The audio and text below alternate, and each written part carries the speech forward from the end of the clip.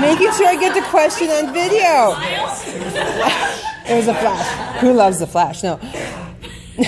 This is paranormal urban fantasy, and usually when you get in these supernatural creatures, writing sex scenes with them can become interesting, especially once you bring in the space aspect. How do you keep the sex from getting creepy or weird because there's like, I don't know, you have a octopus and there's like 8 arms, or you know what I mean? It seems to be bigger too. Channels on YouTube dedicated to that. I know. So how can you keep it from being creepy and yet still good? Or do you just think it's just creepy? We can start anywhere. I think anything, as long as it's emotional. I mean, we're all going to have our triggers. Everybody has their triggers. I write BDSM. I have triggers all the time for people out here. But I think that if you make the sex is emotional, if it moves the storyline along, if it, like Chris said, you can't take it out because you miss so much of the character growth. I write 10,000 word sex scenes. It's not all thrusting. It's a whole lot of sensuality. And you're taping this, I just said that. It's a whole lot of sensuality. I warned. It's a whole lot of talking. Yeah. But I love writing the urban fantasy sex scenes because I've got a fae sex god in it. And, he's so much fun to work with. I was going to back you up. It's all about the emotion. It's all about the emotion behind the act. And if you can't convey it, then it will either fall flat or it will skew somebody out. That is a professional term. Well, I think that you have to be aware of who you're writing for, too. If you're writing for a main line and you have something that smacks of bestiality, for instance, you have a shifter in their shifter form, in their shifted form, and you do that's going to be a problem. And I think that there are certain boundaries, and the line that you're writing for will tell you what those boundaries are, what they will accept, what they don't accept. And yes, you're going to have buttons. But you're also going to have fetishists or things like that, or people that are going to be interested in that. So I'm passing this along. God, thanks. You're welcome.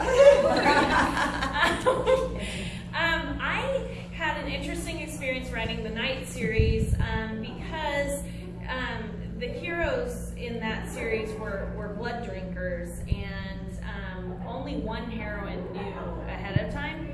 And it was interesting because I had a couple of scenes in a couple of the books where they finally had sex with someone who was also a night walker. So somebody bit them. And that was an interesting turn for me to play with as a writer.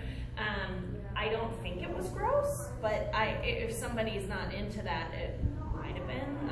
I don't know, but I get good feedback on that kind of stuff, so I don't think it's gross. I do think, like you were saying, it's all about how you handle it, and it was very emotional. And here's this, guy who's been alive hundreds of years, and he's having a new experience he's never had before.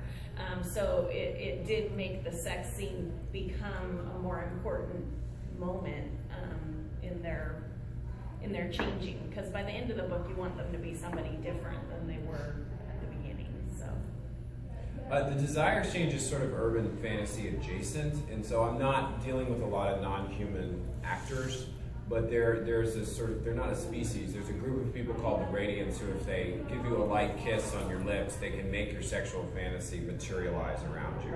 But they sort of vanish into it. They sort of, they're possessed by a spirit that allows them to do this. And so I'm doing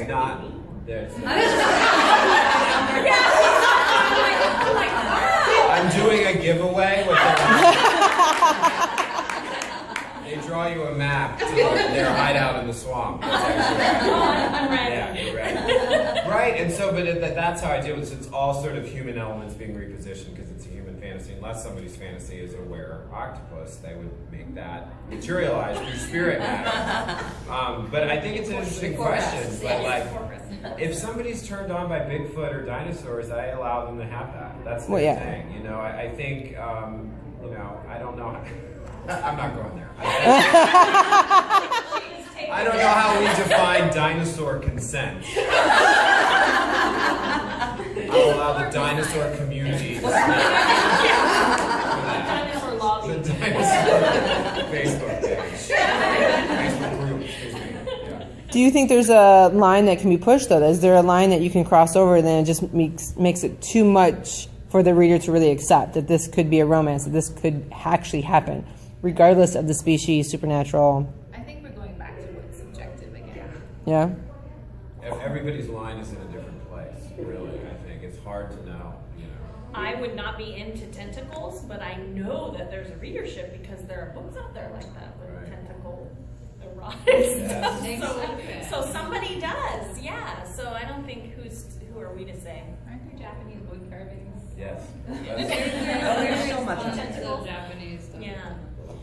All right, so here's another. All right, then here's a completely different topic then. Who would you like to see your characters get hooked up with? Any character out there, any person, like anyone. Katie, you want to expand on that? Or Sharon, I should say. Yeah, any character that you can think of, like from books or movies, fictional, non-fictional. Can I write myself into a book so that I can be with Ranger from Stephanie Plum's series? Because that would be awesome. I was gonna say that I'm ready for Thor. Yep. I'll take Arrow. Just saying. That's fine. Arrow. Oh. I say Fine. Supernatural, the Winchester Brothers. Oh. No. So I'm just gonna flat out say Charlie Hood. Just from Pacific Rim. Oh, okay. Sons of Anarchy. Okay, yeah.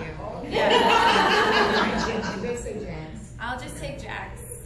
Any way, shape, or form. Those twins from Teen Wolf.